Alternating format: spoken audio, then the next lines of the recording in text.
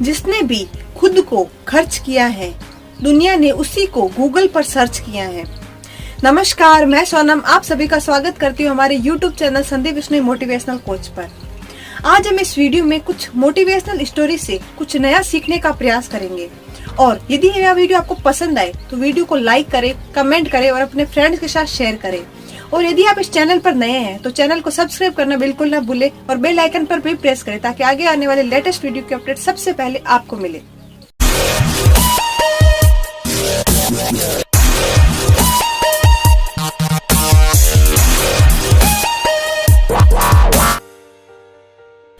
तो शुरू करते हैं मोटिवेशनल स्टोरी। बहुत समय पहले की बात है, एक राजा को किसी ने उपहार में 2 बाज भेंट किए। वो बाज बहुत ही अच्छे नस्ल के थे। राजा ने इससे पहले इतने शानदार बाज कभी नहीं देखे थे, इसलिए राजा ने उन बाजों की देखभाल के लिए एक एक्सपीरियंस्ड पर्सन को अपॉइंट कर दिया। कुछ महीने बीत गए और फिर राजा ने उन बाजों को देखने का मन बनाया और राजा वहां पहुंच गए जहां बाजों को पाला जा रहा था। राजा वहां पहुंचे तो उन्होंने देखा कि बाज पहले से भी शानदार लग रहे थे, काफी बड़े हो चुके थे। और राजा उन बाज की उड़ान देखना चाहते थे और उस मालिक से कहा कि इन बाजों को उड़ने का इशारा करो। उस आदमी ने ऐसा ही किया और दोनों बाज उड़ान भरने लगे। जहां एक बाज आसमान की ऊंचाइयों को छू रहा था,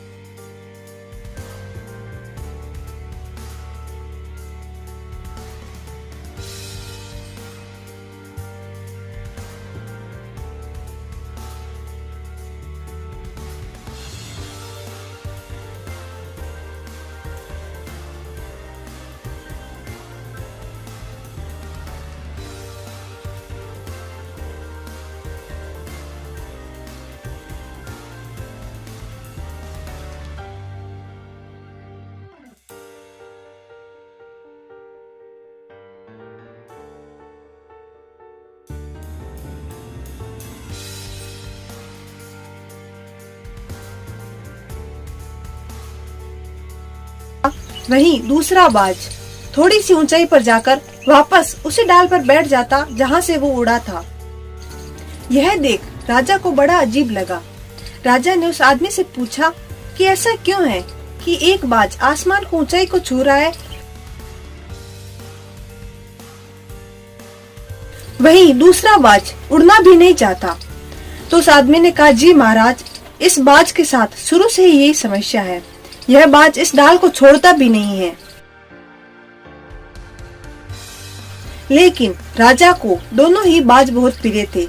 वे दोनों बाजों को आसमान में ऊंचाई तक उड़ते हुए देखना चाहते थे। फिर राजा ने पूरे राज्य में ऐलान कर दिया, पूरे राज्य में घोषणा कर दी कि जो भी इस बाज को आसमान में ऊंचाई तक उड़ा पाएगा उस इंसान को ढेर सारा इनाम दिया जाएगा। फिर क्या था, राज्य से एक विद्वान आए और उस बाज को उड़ाने का प्रयास करने लगे। हफ्ते बीत गए लेकिन बाज का कुछ नहीं हुआ। वह बाज थोड़ी सी ऊंचाई पर उड़ता और वापस उसी डाल पर आकर बैठ जाता।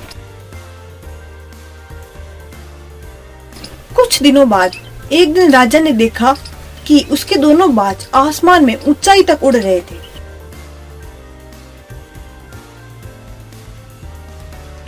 एक बार तो राजा को अपनी आंखों पर विश्वास नहीं हुआ। फिर जब उन्हें लगा कि ये मेरे ही बाज है तो उन्होंने उस व्यक्ति का पता लगाने को कहा जिसने ये कारनामा कर दिखाया। अगले दिन वह व्यक्ति दरबार में हाजिर हुआ। वह व्यक्ति था एक किसान। राजा ने उसे बहुत सारी स्वर्ण मुद्राएं भेंट की और फिर पूछा कि तुमने ये कारनामा कैसे कर दिखाया जो बड़े बड़े विद्वान नहीं कर पाए। तो वह किसान बोला कि महाराज, मैं एक साधारण सा किसान हूँ, ज्यादा ज्ञान की बातें नहीं जानता। मैंने तो बस इतना किया कि यह बाज जिस डाल पर जाकर बैठता मैंने उस डाल को ही काट दिया। और जब वह डाल ही नहीं रही तो वह दूसरे बाज के साथ ऊंचाई तक उड़ने लग गया। उसी प्रकार हमारे जीवन में भी हमें ऊंचाई तक उड़ने के लिए तमाम प्रकार के अवगुणों का डाल काटना अनिवार्य है। अपनी कमजोरियों, कमियों को दुरुस्त किए बिना जीवन में ऊंचाई की कल्पना करना बेईमानी है। इसलिए जीवन में कभी समस्या आए तो समस्या की जड़ को ही काट लेना चाहिए। मंजिलें उन्हीं को मिलती हैं जिनके सपनों में जान होती है। पंखों से कुछ नहीं होता, हौसलों से उड़ान होती है।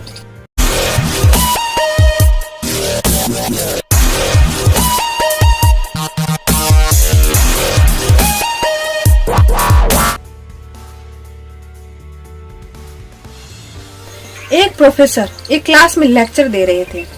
क्लास के सभी छात्र उनके लेक्चर को ध्यान से सुन रहे थे और प्रोफेसर जो प्रश्न पूछ रहे थे उनके प्रश्नों का जवाब भी दे रहे थे।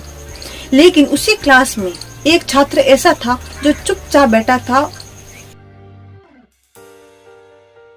प्रोफेसर ने उस छात्र को पहले ही दिन नोटिस कर लिया, लेकिन कुछ नहीं बोले। और फिर 4-5 दिन तक ऐसा ही चला। तो उस प्रोफेसर ने क्लास के बाद उस बच्चे को अपने कैबिन में बुलाया और पूछा कि क्या बात है, तुम क्लास में अकेले और चुपचाप बैठे रहते हो, पूरे दिन उदास रहते हो, लेक्चर पर भी ध्यान नहीं देते, कुछ परेशानी है क्या? तो वह छात्र हिचकिचाते हुए बोला कि सर, मेरे अतीत में कुछ ऐसा हुआ कि जिसकी वजह से मैं उदास रहता हूँ और समझ में नहीं आता कि क्या करूँ। प्रोफेसर भले व्यक्ति थे। उन्होंने उस छात्र को शाम को अपने घर पर बुलाया। शाम को वह छात्र प्रोफेसर के घर पहुंचा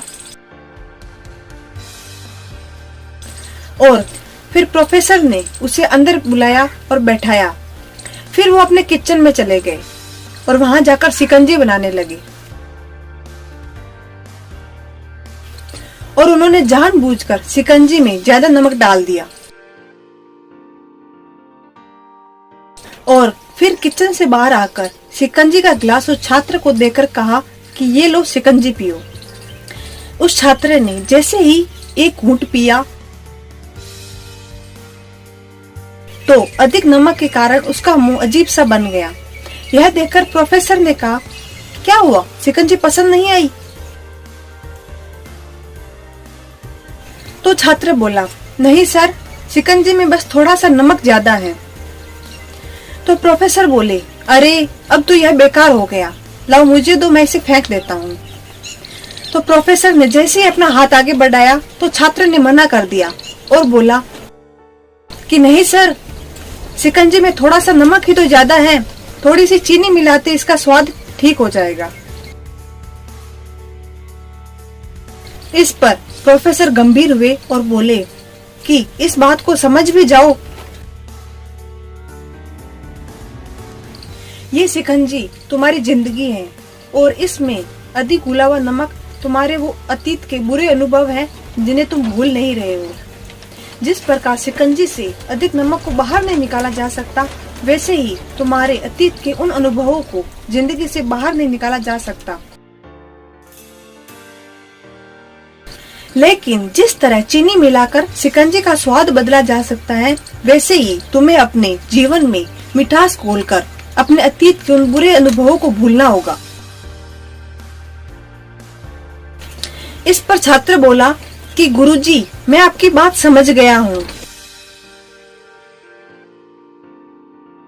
कि मुझे अपने जीवन में मिठास घोलने की आवश्यकता है। उसी प्रकार अक्सर जीवन में हम भी अपने अतीत की बुरी यादों और अनुभवों को याद करके दुखी होते रहते हैं। उन्हें याद कर कर हम अपने वर्तमान पर भी सही से ध्यान नहीं दे पाते और हम अपने भविष्य को भी बिगाड़ देते हैं। अतीत में जो हो गया है उसे सुधारा तो नहीं जा सकता, लेकिन भुलाया तो जा सकता है। इसलिए अपने जीवन में मीठे और खुशनुमा पलों को लाइए ताकि अपने जीवन में मिठास आए और अपने अतीत के बुरे अनुभवों और बुरी बातों को भूल सके। Life is 10% what happens to you and 90% how you react to it. यानी लाइफ में क्या घटित होता है ये आपके लाइफ का सिर्फ 10% है, लेकिन आप उन परिस्थितियों में आपके साथ घटित हुई उन समस्याओं के साथ आप कैसे प्रतिक्रिया करते हैं, यह आपके लाइफ का 90% भाग है।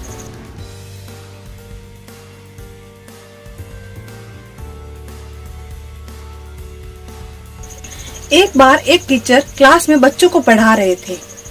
बच्चों को कुछ नया सिखाने के लिए टीचर ने अपने जेब से एक नोट निकाला और नोट को बच्चों को दिखाकर कहा कि क्या आप बता सकते हैं कि यह कितने रुपए का नोट है। सभी बच्चों ने कहा 100 रुपए का।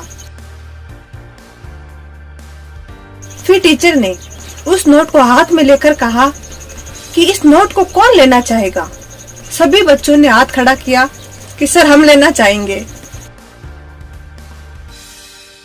फिर टीचर ने उस नोट को अपनी मुट्ठी में मसल दिया और फिर वापस बच्चों को दिखाते हुए बोले कि यह नोट कौन लेना चाहेगा। सभी बच्चों ने फिर से हाथ खड़े कर दिए कि सर हम लेना चाहेंगे। फिर टीचर ने उस नोट को जमीन पर रख के पैरों से बुरी तरह कुचल दिया। वह नोट फटने जैसा हो गया। फिर उस नोट को बच्चों को दिखाते हुए बोला कि इस नोट को अब कौन लेना चाहेगा। सभी बच्चों ने फिर से हाथ खड़ा कर दिया। फिर टीचर बच्चों से बोले कि मैंने तुम लोगों को आज बहुत बड़ा पाठ पढ़ाया है। यह 100 रुपए का नोट, जब मैंने इसको हाथ से मसला फिर भी इसकी कीमत 100 रुपए ही थी, और जब इसे पैरों से कुचला गंदा हो गया फिर भी इसकी कीमत 100 रुपए ही है। वैसे ही जीवन में इंसान की जो काबिलियत है, इंसान की जो कीमत है, हमेशा वही रहती है। आपके जीवन में कितनी भी मुसीबत आ जाए, आपके सामने कितनी भी चुनौतियां आ जाए, आपके ऊपर कितनी भी धूल गिरे, आपको अपनी कीमत नहीं गंवानी है। आप कल भी बेहतर थे और आगे भी बेहतर रहोगे।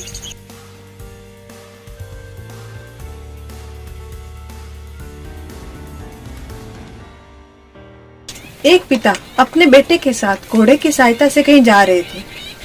उन्होंने अपने बेटे को घोड़े पर बिठाया हुआ था और खुद पैदल चल रहे थे। यह देख आसपास के गांव के लोगों ने कहा कि कितना पागल इंसान है, साथ में घोड़ा है और खुद पैदल चल रहा है।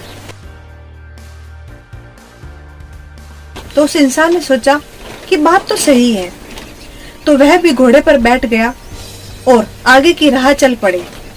फिर कुछ ही दूरी चले कि कुछ गांव वाले लोगों ने कहा कि कैसे मूर्ख लोग हैं कि बेचारे एक कमजोर घोड़े पर 2 लोग बैठकर उसकी जान ले रहे हैं। तो उन्होंने सोचा कि बात तो सही है। फिर बेटा नीचे उतर गया और पिता उस घोड़े पर बैठकर वो चलने लगे। कुछ ही दूरी पर फिर से लोगों ने कहा कि कैसा मूर्ख पिता है, बेटा नीचे चल रहा है और खुद घोड़े पर बैठा है। अब वो परेशान हो गए। फिर दोनों नीचे उतर गए और घोड़े के साथ दोनों ही पैदल चलने लगे। लेकिन इस बार भी वो लोगों की कटाक्ष से नहीं बचे। फिर से लोगों ने कहा कि कैसे मूर्ख लोग हैं ये, घोड़ा साथ में है फिर भी पैदल चल रहे हैं। इस पर वो दोनों बहुत परेशान हो गए और उन्हें कुछ समझ में नहीं आ रहा था। वे सोचने लगे कि यदि हम इन लोगों की बातों पर ध्यान देंगे तो कभी अपने लक्ष्य तक नहीं पहुंच पाएंगे। उसी प्रकार हमें अपने जीवन में यदि आगे बढ़ना है तो लोगों की बातों को अनसुना करना होगा, उन्हें इग्नोर करना होगा, तभी हम अपने लक्ष्य को हासिल कर पाएंगे। कुछ तो लोग कहेंगे ही, लोगों का काम ही है कहना, लेकिन तुम्हें उस तरफ ध्यान नहीं है देना। लोग हमारे बारे में क्या सोचेंगे, यदि ये भी हम सोच लेंगे तो फिर लोग क्या सोचेंगे।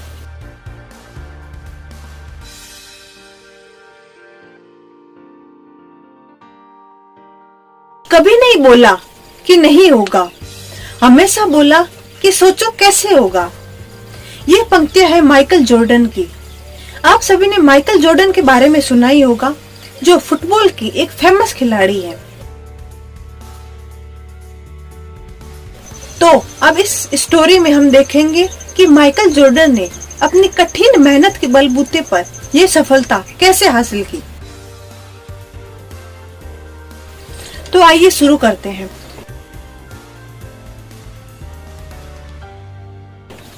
माइकल जॉर्डन अपने पिता के बहुत ही आज्ञाकारी बेटे थे।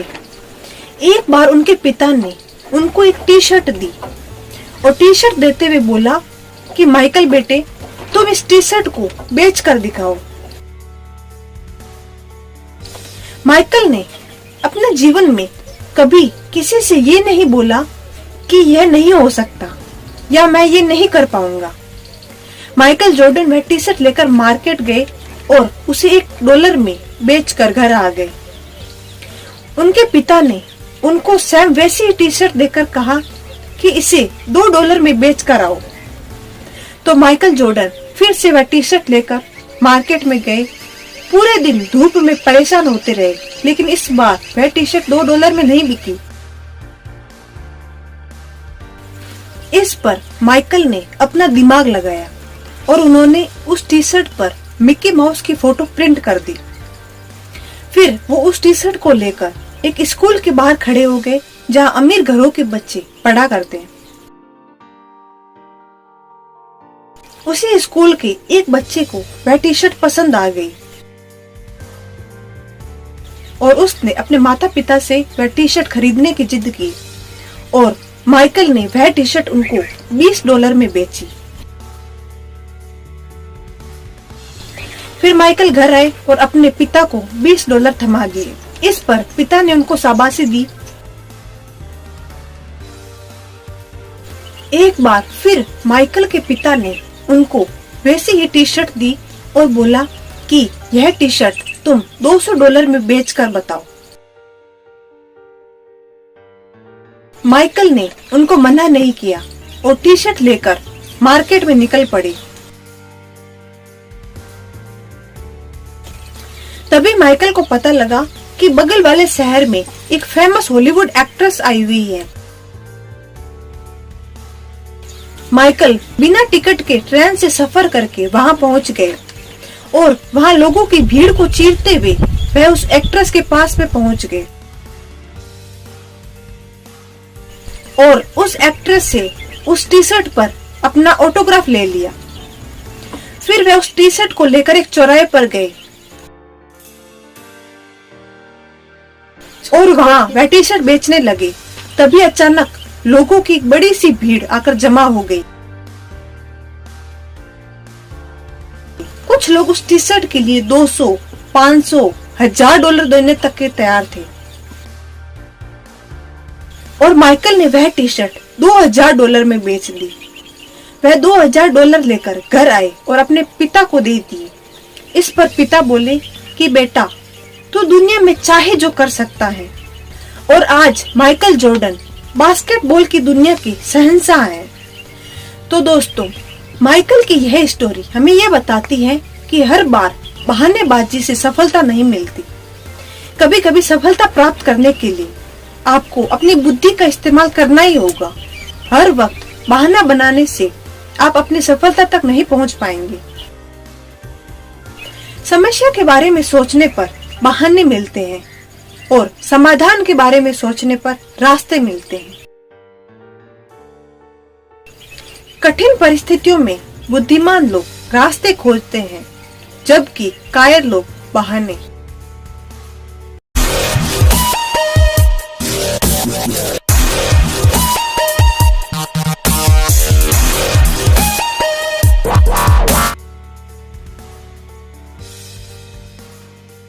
पुराने समय की बात है। एक महोत्सव नाम का राज्य हुआ करता था। उस राज्य के गुप्तचरों ने राजा को सूचना दी कि पड़ोसी राज्य हम पर हमला करने वाला है। गुप्तचरों ने कहा कि खबर एकदम पक्की है, सिर्फ 3 दिनों के भीतर पड़ोसी राज्य हम पर हमला करेगा और उनकी विशाल सेना के सामने हमारा टिकना बेहद मुश्किल होगा। यह सुनकर राजा ने तुरंत सभा बुलाई और सभा में कहा कि अब हम लोगों का मरना तय है। अगर किसी के पास कोई सुझाव हो तो हमारे साथ साझा कर सकता है। इस पर राजा के चतुर मंत्री ने कहा कि राजन, जब हमारे जान पर बन ही गई है तो क्यों ना हम आज ही अपने पड़ोसी राज्य पर हमला कर दें। तो राजा बोला कि हमारी सेना तो बहुत छोटी है हम उनसे मुकाबला कैसे कर पाएंगे। इस पर मंत्री बोले कि राजन, यदि हमने आज ही अपने पड़ोसी राज्य पर हमला कर दिया तो हमारे जीतने की उम्मीदें बनेगी, क्योंकि उनकी सेना अभी युद्ध के लिए तैयार नहीं हुई है। और वैसे भी अगर हमने हमला नहीं किया तो भी हमारा विनाश तो तय है, क्योंकि आज से 3 दिन बाद वो हम पर हमला करने वाले ही हैं। राजा ने अपने राज्य की सेना को तैयार होने का आदेश दिया और सेना और उस राज्य के नागरिक भी सेना के साथ युद्ध करने के लिए चल दिए। उस सेना को दूसरे राज्य में प्रवेश करने के लिए एक बड़ी सी नदी पर बने पुल को पार करना था। जब उस सेना ने उस नदी पर बने पुल को पार किया तो राजा ने मंत्रियों को आदेश देकर उस पुल में आग लगा दी, जिससे रास्ता बंद हो गया। फिर राजा ने सेना से कहा कि अब हमारे पास वापस जाने का रास्ता नहीं है। अब हमें या तो विजय प्राप्त करनी है या इनके सामने हार मानकर घुटने टेक देने हैं। फिर वह सेना अपने पड़ोसी राज्य के साथ पूरी क्षमता के साथ लड़ी और अपने पड़ोसी राज्य की सेना को हरा दिया। तो दोस्तों, जिस प्रकार राजा ने अपने सेना के असफलता के सारे रास्ते बंद कर दिए, वैसे भी आपको अपने जीवन में असफलता के सारे रास्ते बंद करने होंगे, जिससे हमारा पूरा ध्यान अपनी सफलता में प्रयास करने पर लग जाए। आपने स्वयं ने महसूस किया होगा कि जब आपके असफलता के सारे रास्ते बंद हो जाते हैं, तब आप सबसे ज्यादा मेहनत करते हैं और 100% सफलता हासिल करते हैं। अपनी सफलता की राह में खुद को झोंक दीजिए, क्योंकि आपके पास असफल होने का कोई ऑप्शन नहीं है। डरो मत, कोई भी समस्या आपकी क्षमता से बड़ी नहीं है। जुट जाइए, सफलता आपकी राह देख रही है।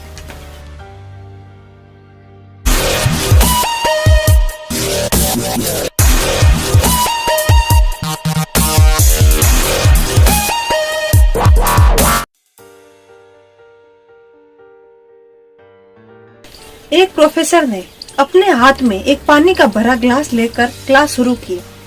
उस ग्लास को बच्चों को दिखाते हुए बोले कि आपके हिसाब से इस ग्लास का कितना वजन होगा। तो बच्चे बोले 50 ग्राम, 100 ग्राम, 125 ग्राम।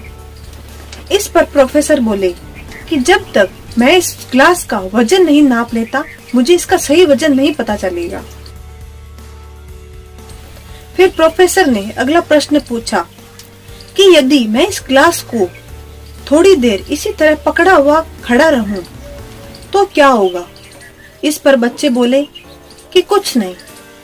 फिर प्रोफेसर ने कहा कि यदि मैं इस ग्लास को 1 घंटे तक पकड़ा रखूं तो क्या होगा। इस पर छात्र बोले कि कुछ नहीं होगा, आपका हाथ थक जाएगा, आपके मसल्स में तनाव आ जाएगा। फिर प्रोफेसर ने आगे पूछा कि यदि मैं इस ग्लास को पूरे दिन पकड़कर खड़ा रहूं तो क्या होगा। इस पर बच्चे बोले कि सर, इससे आपका हाथ सुन्न हो सकता है, आपकी तबीयत भी बिगड़ सकती है, आपको हॉस्पिटल भी जाना पड़ सकता है। तो प्रोफेसर बोले बहुत अच्छा, पर क्या इस दौरान ग्लास का वजन बदला। प्रोफेसर ने पूछा।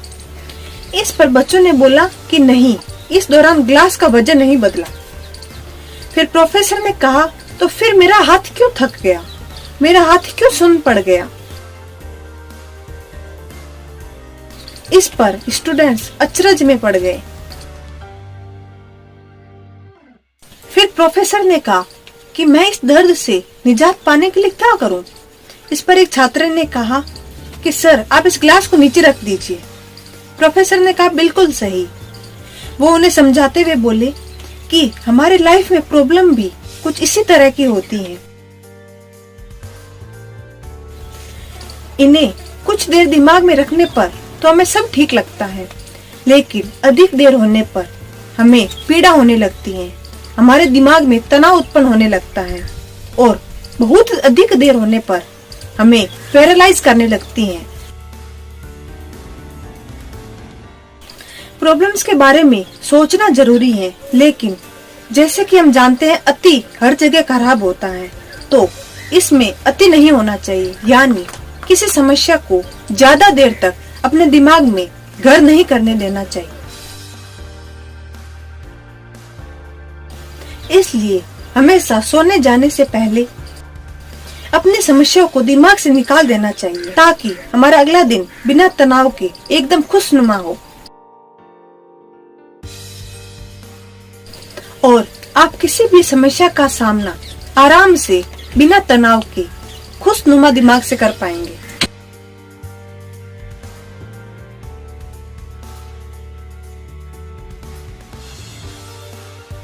गांधी जी की ही एक पंक्ति, खुद में वो बदलाव लाइए जो आप दुनिया में देखना चाहते हैं। इन पंक्तियों को हकीकत में, सच में अपने जीवन में उतारने वाले एक शख्स एलन मस्क। आज हम एलन मस्क के बारे में ही बात करेंगे। देखेंगे कि उन्होंने किस प्रकार अपने जीवन में सफलता प्राप्त की, किस प्रकार उन्होंने गांधी जी की इन पंक्तियों को अपने जीवन में उतारा।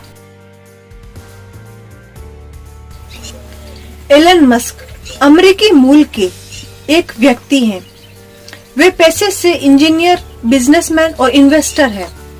वो आज दुनिया में प्रसिद्ध हैं तो सिर्फ उनकी इमेजिनरी पावर, दूरगामी सोच से है।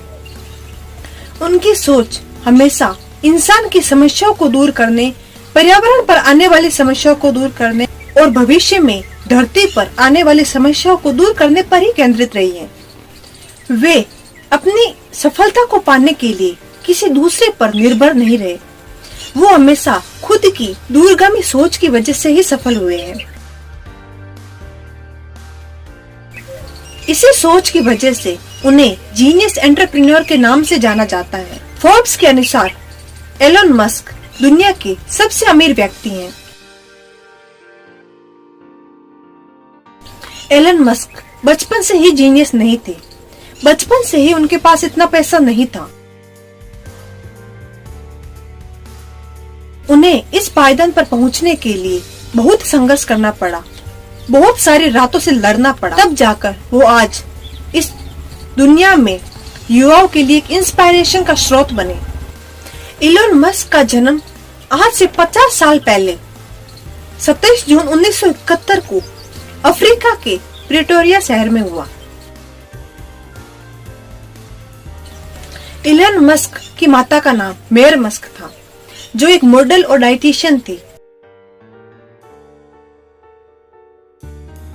उनके पिता इरोल मस्क, जो इंजीनियर के साथ साथ पायलट भी थे। एलन मस्क को बचपन से ही पढ़ने में बहुत दिलचस्पी थी। वो हमेशा किताबों के आसपास ही देखे जाते थे और 12 साल की उम्र में उन्होंने किताबों से कंप्यूटर प्रोग्रामिंग सीखकर एक ब्लास्टर नाम की गेम बना डाली, जिसको उन्होंने पीसी एंड ऑफिस टेक नाम की कंपनी को $500 में बेच दिया। टेक्नोलॉजी में उनकी दिलचस्पी टेक्नोलॉजी की किताबें पढ़कर ही हुई थी। बचपन में उन्हें स्कूल में बहुत परेशान किया जाता था, लेकिन आगे चलकर उन्होंने ह्यूमैनिटी, मानवता के लिए बहुत काम किया। 17 साल की उम्र में वो क्वीन यूनिवर्सिटी में ग्रेजुएशन के लिए चले गए। वहां पर 2 साल पढ़ने के बाद वे यूनिवर्सिटी ऑफ पेंसिल्वेनिया में ट्रांसफर हो गए और वहां बैचलर ऑफ साइंस की फिजिक्स में डिग्री ली और 1995 में पीएचडी के लिए वो कैलिफोर्निया शिफ्ट हो गए और वहां पर रिसर्च शुरू करने के 2 दिन के अंदर ही उन्होंने अपनी पढ़ाई छोड़ दी। उन्होंने अपने भाई के साथ मिलकर जिप2 नाम की एक सॉफ्टवेयर कंपनी बनाई, जिसे आगे जाकर कॉम्पैक्ट नामक एक कंपनी ने $200 मिलियन में खरीद लिया और इन्हीं पैसों से एलन मस्क ने 1999 में X.com कंपनी की स्थापना की, जो एक फाइनेंशियल सर्विस देने वाली कंपनी है। और 1 साल बाद यह कंपनी कॉन्फिनिटी नामक एक कंपनी के साथ जुड़ गई और 2002 में eBay ने इस कंपनी को 1.5 बिलियन डॉलर में खरीद लिया और इलन मस्क को शेयर में 165 मिलियन डॉलर मिले और इन पैसों से इलन मस्क ने 2002 में स्पेस एक्स नाम की एक कंपनी बनाई जो वर्तमान में स्पेस लॉन्चिंग व्हीकल बनाने में लगी हुई है और 2003 में 2 लोगों के साथ मिलकर उन्होंने एक टेस्ला नाम की कंपनी बनाई जो वर्तमान में स्पेशल इलेक्ट्रिक वाहन बनाने में लगी हुई है। 2008 में एलन मस्क इसी टेस्ला कंपनी के सीईओ बने थे। एलन मस्क ने अपने एक इंटरव्यू में बताया कि वो 2030 तक दुनिया के लोगों को मंगल ग्रह तक भेजने की तैयारी में है।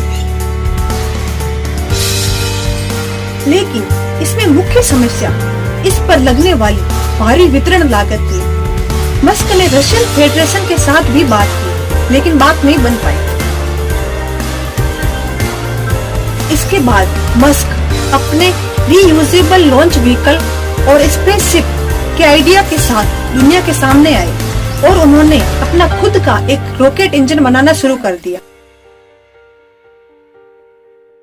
उनका लक्ष्य न सिर्फ रॉकेट को ऑर्बिट में भेजना था बल्कि उसका रीयूज भी करना था। 2006 से 2008 के बीच उन्होंने 3 प्रयास किए लेकिन वो तीनों प्रयास विफल रहे।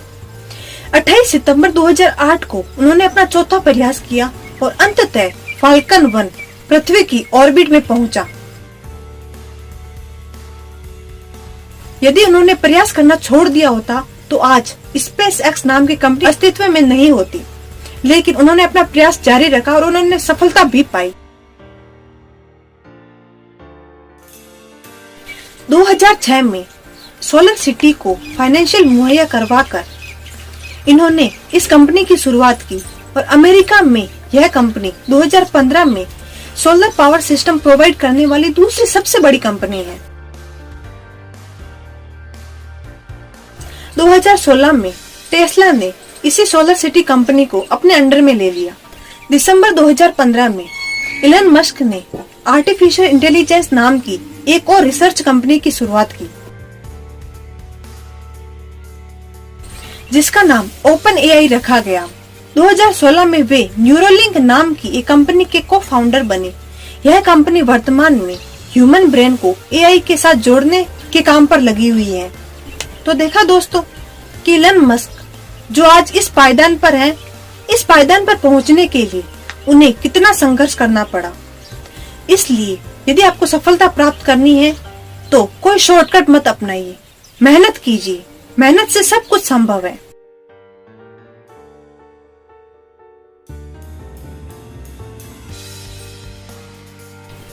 Problems are not a stop sign, they are guidelines. समस्याएं कभी रुकने का संकेत नहीं होती, वे हमारी मार्गदर्शक होती हैं।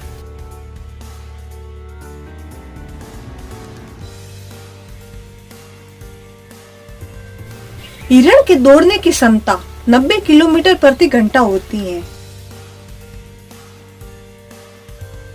वहीं बाघ के दौड़ने की रफ्तार 60 किलोमीटर प्रति घंटा होती है। लेकिन हर बार बाघ हिरण का शिकार कर देता है। जानते हैं क्यों? क्योंकि हिरण के मन में डर होता है कि वह बाघ से जीत नहीं पाएगा। इसी डर के कारण वह बार बार पीछे मुड़कर देखता है, जिससे उसकी रफ्तार कम हो जाती है। हिरण के मन का डर उसकी रफ्तार को कम कर देता है, जिससे बाघ उसका शिकार कर लेता है। हमारे मन का डर हमें कभी भी आगे बढ़ने नहीं देता। जिस व्यक्ति के मन में हारने का डर हो, वह कभी भी अपनी पूरी क्षमता से आगे बढ़ने के लिए मेहनत नहीं करता। उसके मन का डर उसे हमेशा हारते हुए का एहसास कराता रहता है। आप चाहे जिस भी फील्ड में हो, जो भी कार्य कर रहे हो, आपको अपने मन को जीतना होगा। यदि आप अपने मन से हार गए हो तो आपकी क्षमता होने के बावजूद भी आप किसी कार्य को नहीं कर पाते। Winners never quit and quitters never win. जीतने वाले कभी हार नहीं मानते और हार मानने वाले कभी जीत नहीं सकते।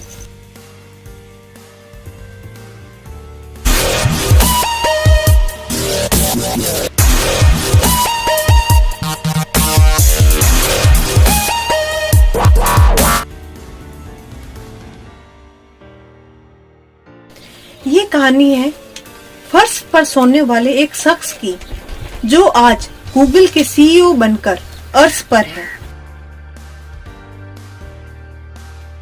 जी हाँ, मैं बात कर रही हूँ सुंदर पिचई की।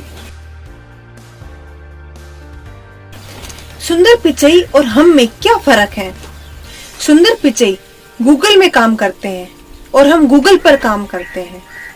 सुंदर पिचई गूगल के लिए काम करते हैं और हम काम के लिए गूगल करते हैं। सुंदर पिचई का जन्म 10 जून 1972 को चेन्नई के एक गरीब परिवार में हुआ था। उनके पिता एक जूनियर इलेक्ट्रॉनिक इंजीनियर थे। उनका परिवार 2 कमरों के एक मकान में रहता था और उनमें से एक कमरा पैसों की तंगी के कारण उन्होंने किराए पर दे रखा था और वो एक कमरे में रहा करते थे। सुंदर पिचई के पास पढ़ने के लिए अलग कमरा नहीं था। सुंदर पिचई और उनके छोटे भाई फर्श पर ही सोया करते थे। उनके घर में न तो टीवी थी न कार। सुंदर पिचई को टेक्नोलॉजी में इंटरेस्ट तब आया जब उनके घर में पहले फ्रिज आया। तो उन्होंने देखा कि खाना बनाकर फ्रिज में स्टोर किया जा सकता है, जिसके कारण लोग ताजा खाना भी खा सकते हैं। उन्हें बार बार खाना बनाना नहीं पड़ेगा और माँ अपने बच्चों को भी समय दे सकती है। और कुछ दिनों के बाद उनके घर में एक स्कूटर लाए। तो उन्होंने पाया कि स्कूटर से एक स्थान से दूसरे स्थान पर बहुत ही कम समय में जा सकते हैं। इससे उनके पिता के आने और जाने का समय बच गया और पिता अपने बच्चों को समय दे पाए। और फिर जब उनके घर में टेलीफोन आया तो एक बार उन्होंने फिर पाया कि टेलीफोन से उनके पिता का बहुत अधिक समय बच जाता था, क्योंकि पहले उनको बात करने के लिए बहुत दूर जाना पड़ता था, जिससे आधा घंटा जाने और आधा घंटा आने में वेस्ट हो जाता था। और अब टेलीफोन के कारण उनका यह समय बच जाता। तो इस पर उनके दिमाग में एक बहुत बड़ा बदलाव आया कि टेक्नोलॉजी पर काम करने से इंसान अपने समय में बचत कर सकता है और यह समय अपनी फैमिली को दे सकता है। और टेक्नोलॉजी से हर काम आसान हो जाता है। सुंदर पिचई अपने बचपन से ही बहुत ही होशियार स्टूडेंट थे। Google and Google private company के सीईओ के ब्रेन पावर का अंदाजा आप इस बात से लगा सकते हैं कि जब उनके घर में पहला टेलीफोन आया तो वह जिस जिस नंबर को डायल करते वह नंबर उन्हें एक बार में ही याद हो जाता था और वह नंबर उनको आज भी याद है।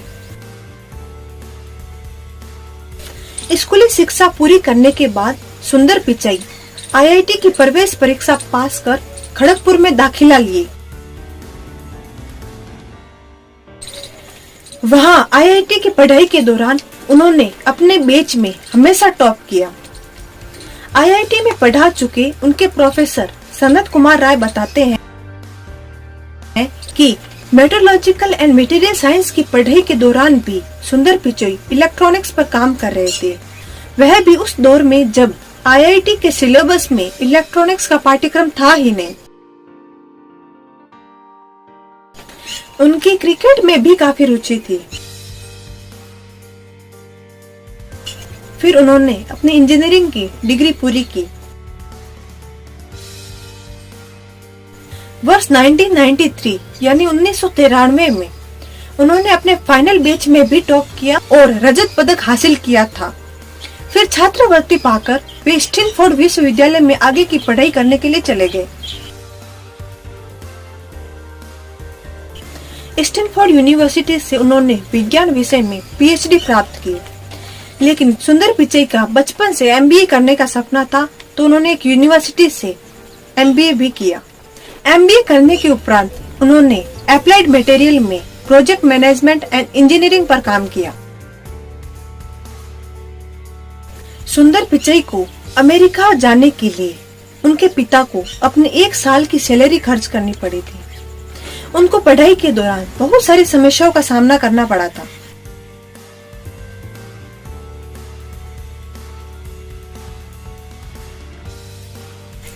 अप्रैल 2004 में सुंदर पिचई अपने गूगल का इंटरव्यू देने गए थे। उसी दिन कंपनी ने जीमेल का टेस्टिंग वर्जन लॉन्च किया था, तो इंटरव्यूअर ने सुंदर पिचई से जीमेल से संबंधित कई प्रश्न पूछे। प्रारंभ में सुंदर पिचई ने उन प्रश्नों का सही से उत्तर नहीं दिया था, क्योंकि वे जीमेल के बारे में कुछ नहीं जानते थे। प्रारंभ में उन्हें लग रहा था कि इंटरव्यूअर उनके साथ अप्रैल फूल का मजाक कर रहे हैं, लेकिन जब सुंदर पिचई को जीमेल यूज करने के लिए कहा गया, तब उन्हें लगा कि यह मजाक नहीं, सच है। फिर उन्होंने अपने विचार खुलकर सामने रखे। इस पर इंटरव्यूअर उनके विचारों से बहुत अधिक प्रभावित हुए और उन्होंने सुंदर पिचई को गूगल में जॉब दे दी। गूगल में उनकी प्रारंभिक जिम्मेदारी गूगल टूलबार और सर्च से संबंधित थी।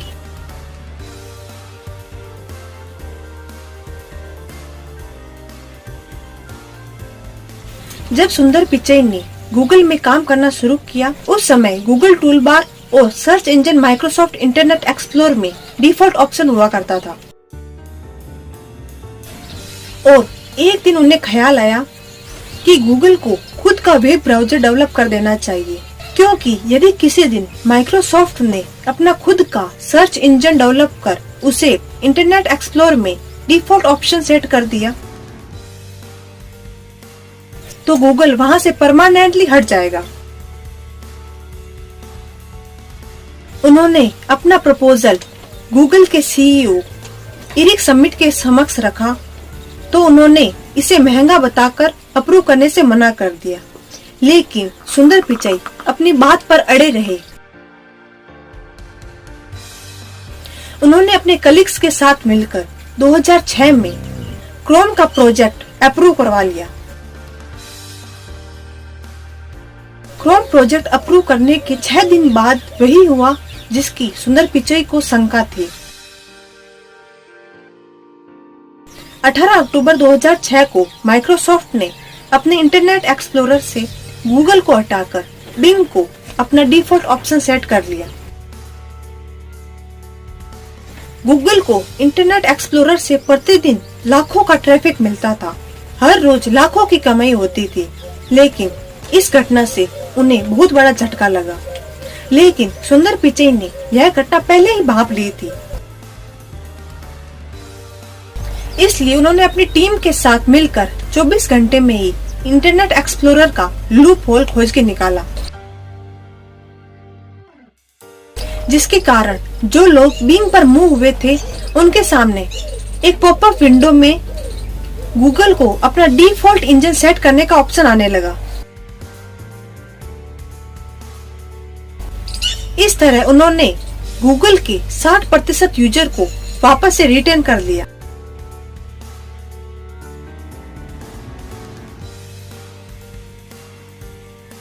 सुंदर पिचई की दूरदर्शिता ने गूगल को एक बड़े नुकसान से बचा लिया था। सुंदर पिचई की प्रतिभा को देखते हुए गूगल ने उनको वाइस प्रेसिडेंट के पद पर प्रमोट कर दिया। गूगल क्रोम परियोजना में सुंदर पिचई की बहुत महत्वपूर्ण भूमिका थी। जब 2008 में गूगल क्रोम लॉन्च हुआ तो यह गूगल की सबसे बड़ी उपलब्धि थी और आज गूगल क्रोम दुनिया में सबसे ज्यादा यूज किया जाने वाला वेब ब्राउजर है और वर्तमान में इसके 5 बिलियन से भी ज्यादा यूजर्स हैं। 2008 में गूगल क्रोम की सफलता के बाद सुंदर पिचई को vice president of project development बना दिया गया। फिर 2012 में गूगल ऐप और क्रोम का वाइस प्रेसिडेंट बना दिया। फिर 2012 में एंड्रॉइड बनाने वाले एंडी रूबिन द्वारा यह प्रोजेक्ट छोड़ देने के बाद सुंदर पिचई ने इसकी कमान संभाली और इसमें उत्कृष्ट योगदान दिया। आज जैसे कंप्यूटर सिस्टम में ऑपरेटिंग सिस्टम का शेयर माइक्रोसॉफ्ट विंडो के पास है, वैसे ही आज की तारीख में पर्सनल फोन में ऑपरेटिंग सिस्टम का सबसे बड़ा शेयर गूगल के पास है और इसके पीछे सुंदर पिचई के कुशल नेतृत्व का हाथ है। उनकी योग्यता को देखते हुए 2014 में उन्हें गूगल का ओवरऑल हेड बना दिया गया, जिसमें गूगल के सारे प्रोडक्ट शामिल हैं, जैसे Google photos, Google translator, Google ads, Google map, Google plus, Google commerce, Google chrome etcetera. Google की सफलता का सबसे बड़ा श्रेय इनमें हो रही नई नई इनोवेशन को जाता है और इन नई नई इनोवेशन के पीछे जो कार्य करता है वो है सुंदर पिचई। और इन्हीं की मेहनत के कारण आज गूगल के 5 बिलियन से भी ज्यादा, गूगल असिस्टेंट के 500 मिलियन से भी ज्यादा और गूगल मैप के 5 बिलियन से भी ज्यादा यूजर है। बीच में कई कंपनियों जैसे माइक्रोसॉफ्ट वगैरह ने उन्हें अपने साथ लेने का प्रयास किया, लेकिन जब जब सुंदर पिचई अपने सीनियर्स को रिजाइन देने जाते तब वे उन्हें प्रमोट कर देते। बीच में ट्विटर ने सुंदर पिचई को अपने पाले में लेने का प्रयास किया, लेकिन गूगल ने उन्हें 10 से 50 लाख मिलियन डॉलर का बोनस देकर अपनी कंपनी में रहने के लिए सहमत कर लिया। सुंदर पिचई को सैमसंग जैसे सहभागियों के साथ अच्छे संबंध बनाए रखने के लिए भी जाना जाता है।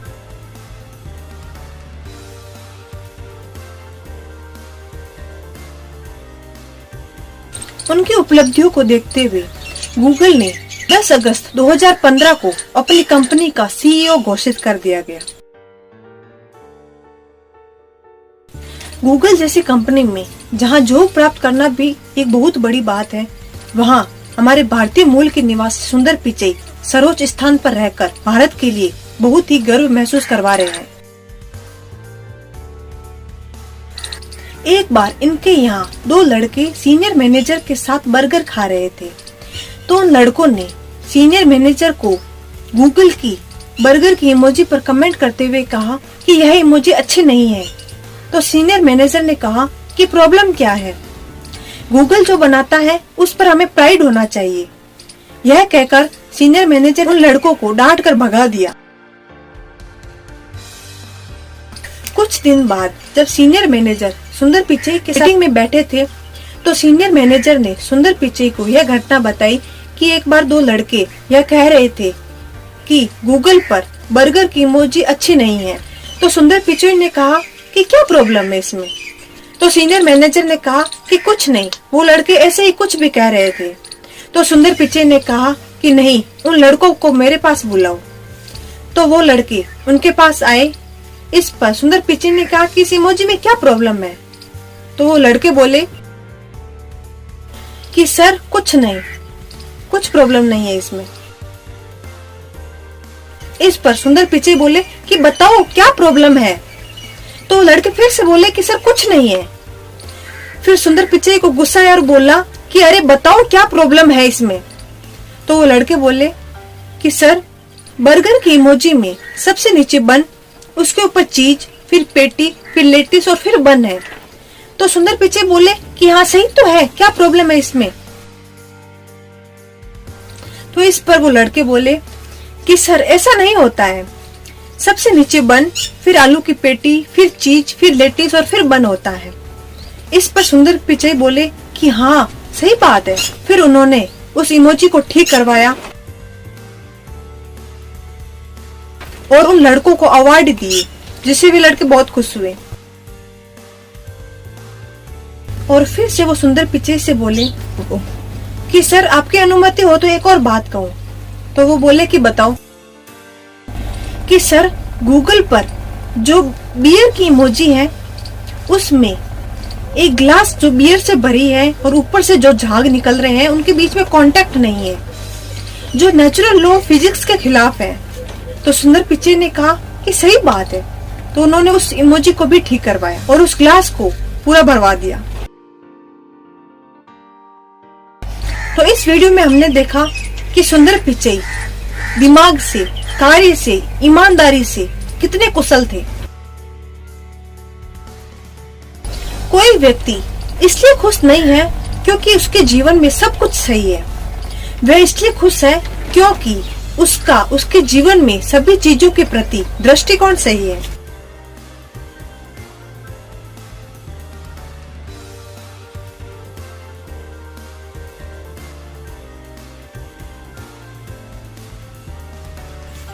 एक व्यक्ति भगवान के दर्शन करने के लिए पर्वतों पर गया और जब वह पर्वत के शिखर पर पहुंचा तो भगवान ने उसे दर्शन दिए।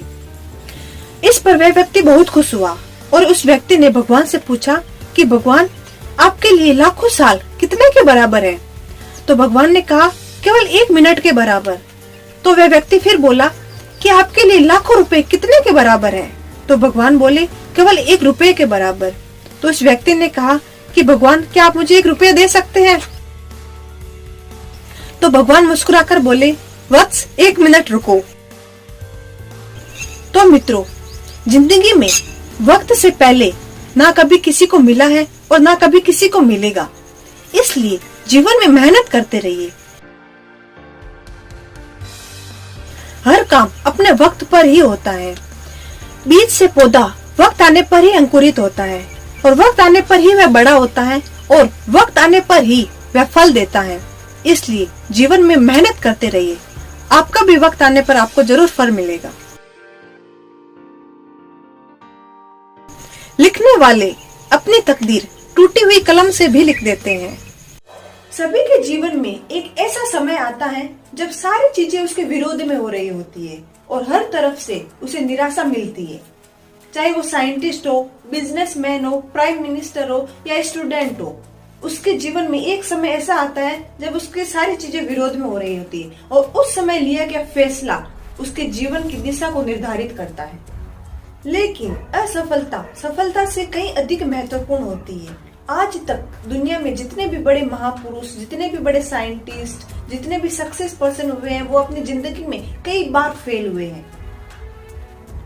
यदि आप कोई जॉब की तैयारी कर रहे हैं या कोई मिशन की तैयारी कर रहे हैं और आप उसमें असफल होने से डर रहे हैं, तो याद रखिए, हर कोई व्यक्ति प्रथम प्रयास में सफल नहीं हो पाता। उन्हें निरंतर प्रयास की जरूरत होती है। सोचिए, जब आपने साइकिल चलाने सीखी थी तो क्या आप एक दिन में ही साइकिल चलाने में एक्सपर्ट हो गए थे? नहीं, कई बार गिरे होंगे, कई वीक्स उसमें बैलेंस बनाने में लग गए होंगे। और यदि आपको साइकिल चलानी आ भी गई हो तो आपको भीड़ भाड़ वाले स्थानों में साइकिल चलाने में दिक्कत आई होगी। कितने ही महीने लगे होंगे आपको एक्सपर्ट बनने में। कुछ लोग होते हैं जो नया बिजनेस स्टार्ट करते हैं या कोई नई दुकान खोलते हैं या कोई नई वेबसाइट बनाते हैं तो उम्मीद करने लग जाते हैं कि उन्हें फर्स्ट प्रयास में ही कामयाबी मिल जाए, और यदि उन्हें असफलता हाथ लगती है तो वो सोचने लगते हैं कि कहाँ इस धंधे में हाथ डाल दिया, फालतू में टाइम और पैसा बर्बाद कर दिया, यह मेरे वश का नहीं है। लेकिन सच तो यह है कि हर कोई किसी भी काम में पहले प्रयास में सफलता प्राप्त नहीं कर पाता। उन्हें निरंतर प्रयास की जरूरत होती है, क्योंकि सफलता निरंतर प्रयास मांगती है।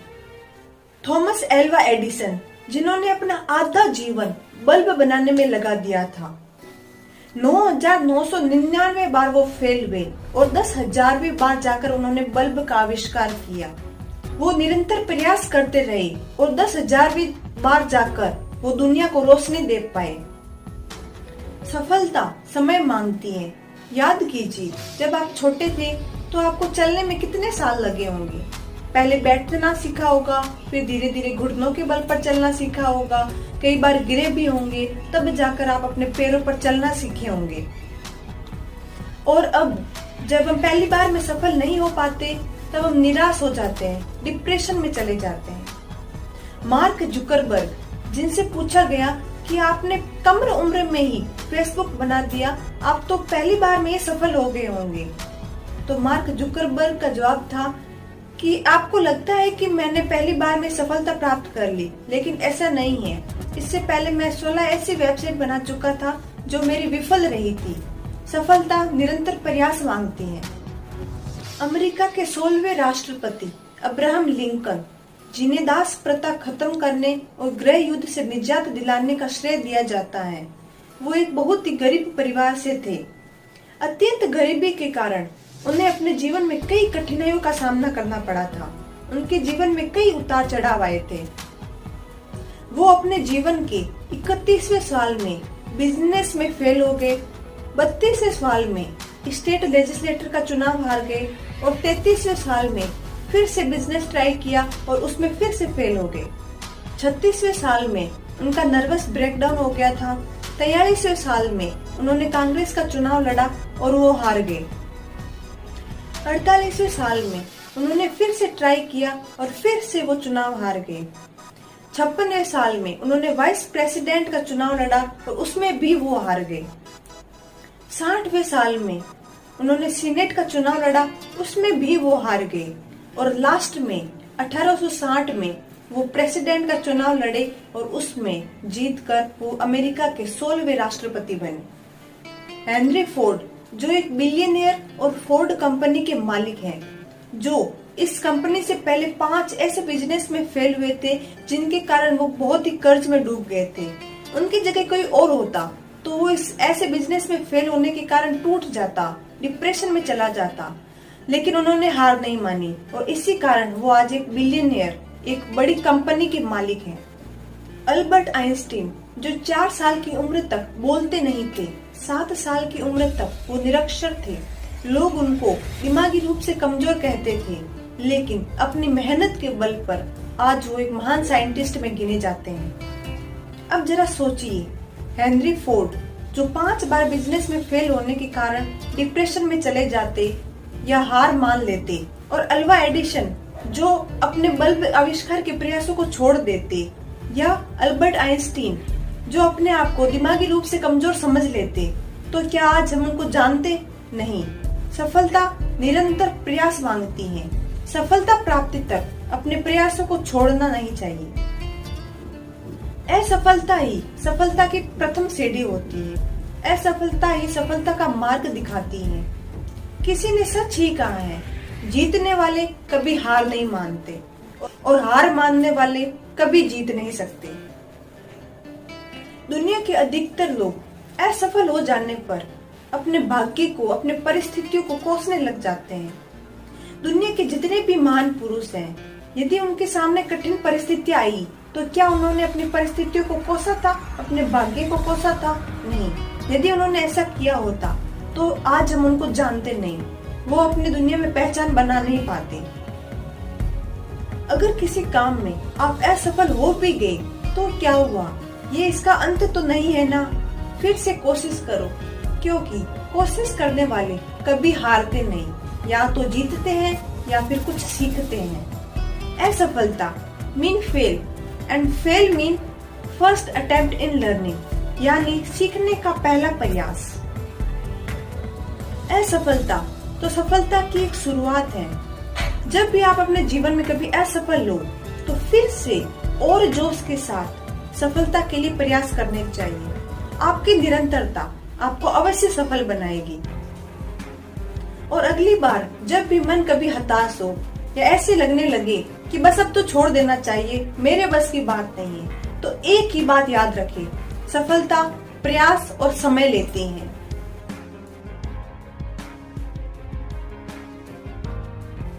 Rivers never go reverse, so try to live like a river. Forget your past and focus on your future. पहला, eagles fly alone.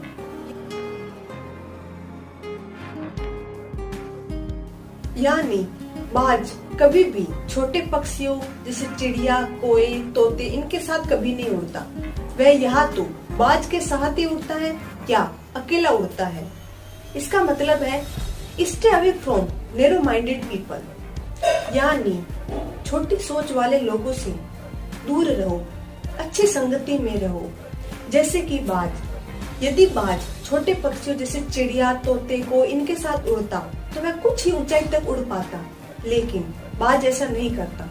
वह या तो अकेला उड़ता है या फिर बाज के साथ उड़ता है, इसलिए वह आसमान में इतनी ऊंचाई तक उड़ पाता है।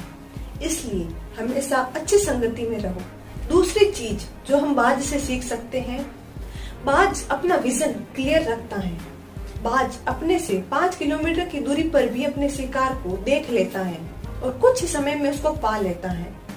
जब बाज को अपना शिकार दिख जाता है तो वह अपना 100% फोकस उस पर केंद्रित कर देता है। रास्ते में आ रही मुसीबतों को पार करके भी वह अपने शिकार को आसानी से पा लेता है। इसी प्रकार हमें भी अपने टारगेट पर, अपने गोल पर 100% फोकस्ड रहना है और अपने रास्ते में आ रही सभी मुसीबतों को पार करके अपने लक्ष्य को प्राप्त करना है। तीसरी बात है, बाज मुसीबतों में भी आनंद ढूंढता है। बाज तूफान आने पर बहुत खुश होता है। वह अपना वेग तूफान में हवा के वेग के बराबर करके आसमान में बहुत ही ऊंचाइयों तक उड़ता है। वह अन्य पक्षियों की तरह पेड़ की डालियों पर बैठ नहीं जाता, बल्कि तूफान से लड़ने की भी हिम्मत रखता है और ठंडी हवा का मजा लेता है। बारिश आने पर सभी पक्षी अपने घोंसलों में छिप जाते हैं, लेकिन बाज ऐसा नहीं करता। बारिश आने पर बाज बादलों से भी ऊपर उड़कर वह उड़ने लगता है। वह मुसीबतों को ही अवॉइड कर देता है। उसी प्रकार हमें भी चुनौतियों में खुशियों को ढूंढना है। हंसते हंसते मुसीबतों का सामना करना होता है। मुसीबतें आने पर उनसे घबराकर बैठना नहीं है, बल्कि पूरे जोश के साथ उनका सामना करना है। Every problems comes with equal और ग्रेटर अपॉर्चुनिटी, यानी हर समस्या उसके बराबर या उससे भी बड़े एक अवसर के साथ आती है। बस हमें उस अवसर को पहचानना है। फोर्थ चीज, बाज कभी भी मरे हुए शिकार को नहीं खाता। वह उनकी तरफ ध्यान भी नहीं देता और अपना खुद का शिकार ढूंढता है। यानी हमें भी अपने पास्ट को भूलकर अपने फ्यूचर पर फोकस्ड रहना है। पास्ट की जो बातें आपको परेशान करती हैं, आपको बहुत दुख देती है, उनको भूल जाइए, बल्कि नई ऊर्जा के साथ अपने फ्रेश फ्यूचर पर फोकस करें। नेक्स्ट, बाज की तरह जीवन में शांत रहना सीखिए। तोता बहुत बोलता है, लेकिन आसमान में बहुत ही कम ऊंचाई तक उड़ पाता है, लेकिन बाज शांत रहता है और आसमान में बहुत ही ज्यादा ऊंचाई तक उड़ पाता है और अपने हिम्मत के बल पर आसमान को छूने की ताकत रखता है। यानी आप उन बातों पर कभी ध्यान ना दें जो आपके गोल में हेल्पफुल ना हो, और उतना ही बोलना चाहिए जितनी आवश्यकता हो। ईगल्स आर फियरलेस, यानी बाज अपना ध्यान शिकार पर केंद्रित करता है, न कि उसकी साइज पर, उसकी लंबाई पर। शिकार चाहे कितना भी बड़ा हो, बाज उसे आराम से अपना आहार बना लेता है। उसी प्रकार हमारे जीवन में भी मुसीबतें आए तो हमें मुसीबतों की साइज पर कि कितनी बड़ी है, सॉल्व हो पाएगी कि नहीं, उन पर ध्यान न देकर उसके समाधान पर ध्यान देना चाहिए। बाज अपना शिकार खुद करता है। वह अपने शिकार के लिए, अपने आहार के लिए किसी और पर निर्भर नहीं रहता। उसी प्रकार हमें भी अपने जीवन में सेल्फ इंडिपेंडेंट होना चाहिए। अपने गोल को अचीव करने में हमें किसी और पर निर्भरता नहीं होनी चाहिए कि ये हमें कुछ बताएगा और हम कुछ करेंगे, ये कुछ बोलेगा और हम कुछ करेंगे। नहीं, ऐसा नहीं होना चाहिए। सेल्फ इंडिपेंडेंट होकर ही हमें अपने जीवन में आगे बढ़ते रहना चाहिए। बाज अपने घोंसले में से सॉफ्ट घास को निकाल देता है, क्योंकि वह सोचता है यदि यह सॉफ्ट घास घोंसले में रहेगी तो उसके बच्चे इसी घास में, इसी घोंसले में रहना पसंद करेंगे। यह उनके लिए कंफर्ट जोन बन जाएगा और वे इससे बाहर निकलना नहीं चाहेंगे। बाज एक पक्षी है, फिर भी वह जानता है कि there is no growth in comfort zone, और हम इंसान भी यह नहीं समझ पाते और लोग कंफर्ट जोन में रहना ही पसंद करते हैं। यदि बाज के बच्चे कंफर्ट जोन में ही रहे तो वे ऊंची ऊंचाई तक नहीं उड़ पाते। कंफर्ट जोन में कभी ग्रोथ नहीं होती, इसलिए हमेशा कंफर्ट जोन को छोड़िए। जिस उम्र में अन्य पक्षियों के बच्चे चहचहाना सीखते हैं, उस उम्र में मादा बाज अपने बच्चों को उड़ना सिखाती है। बाज अपने बच्चों को पंजे में दबोचकर 10 से 12 किलोमीटर की हाइट पर ले जाती हैं, जहाँ विमान उड़ा करते हैं। और यहाँ से शुरू होती है उन नन्हे बच्चे की परीक्षा, उन नन्हे बाज की परीक्षा। यहाँ उसे सिखाया जाता है कि तेरी जिंदगी क्या है, तेरी ऊंचाई क्या है। और इस ऊंचाई से वह अपने बच्चे को छोड़ देती है। लगभग 7 किलोमीटर तक उस बच्चे को पता ही नहीं चलता कि उसके साथ क्या हो रहा है। उसके बाद वह अपने पंखों को कजई से बाहर निकालने की कोशिश करता है और 9 किलोमीटर तक अपने पंखों को पूरी तरह खोल देता है। अब वह जमीन से सिर्फ 3 किलोमीटर की ऊंचाई पर उड़ता है। वह अपने पंख बहुत फड़फड़ाता है लेकिन उड़ नहीं पाता। और जब वह जमीन से सिर्फ 400 से 500 मीटर की ऊंचाई पर ही होता है और तब तक वह उड़ नहीं पाता और सोचता है कि वह उसके जीवन की अंतिम यात्रा है और वह गिर जाएगा, बच नहीं पाएगा। तभी अचानक ऊपर से एक पंजा उसको पकड़ लेता है। वह पंजा होता है उसकी माँ का। उसकी माँ ऊपर से आकर उसको पकड़ लेती है, उसे गिरने नहीं देती। और यह चक्कर तब तक चलता है जब तक कि वह छोटा बाज का बच्चा उड़ना सीख नहीं जाता। यह ट्रेनिंग एक कमांडो की तरह होती है। तब जाकर दुनिया को एक बाज मिलता है जो अपने वजन से 10 गुना ज्यादा भारी वजनी प्राणी को उठाकर उसको अपना शिकार बना लेता है। बेशक अपने आप को अपने लोगों के पास, अपनों के पास रखना जरूरी है, लेकिन दुनिया की मुश्किलों से रूबरू होना भी उतना ही जरूरी है। अपने बच्चों को, अपने स्टाफ्स को बिना आवश्यकता के भी संघर्ष करना सिखाइए। वर्तमान समय की अनंत सुख सुविधाओं ने, पेरेंट्स के लाड प्यार ने बच्चों को मुर्गों की तरह बना दिया है, जिनके पास मजबूत टांगे तो हैं लेकिन वह चल नहीं सकता, मजबूत पंख तो हैं लेकिन ऊंचाइयों तक उड़ नहीं सकता। क्योंकि गमले के पौधे और जंगल के पौधे में बहुत फर्क होता है। तो आज हमने देखा कि बाज की ऐसी कौन सी विशेषताएं हैं जो हम सीख सकते हैं।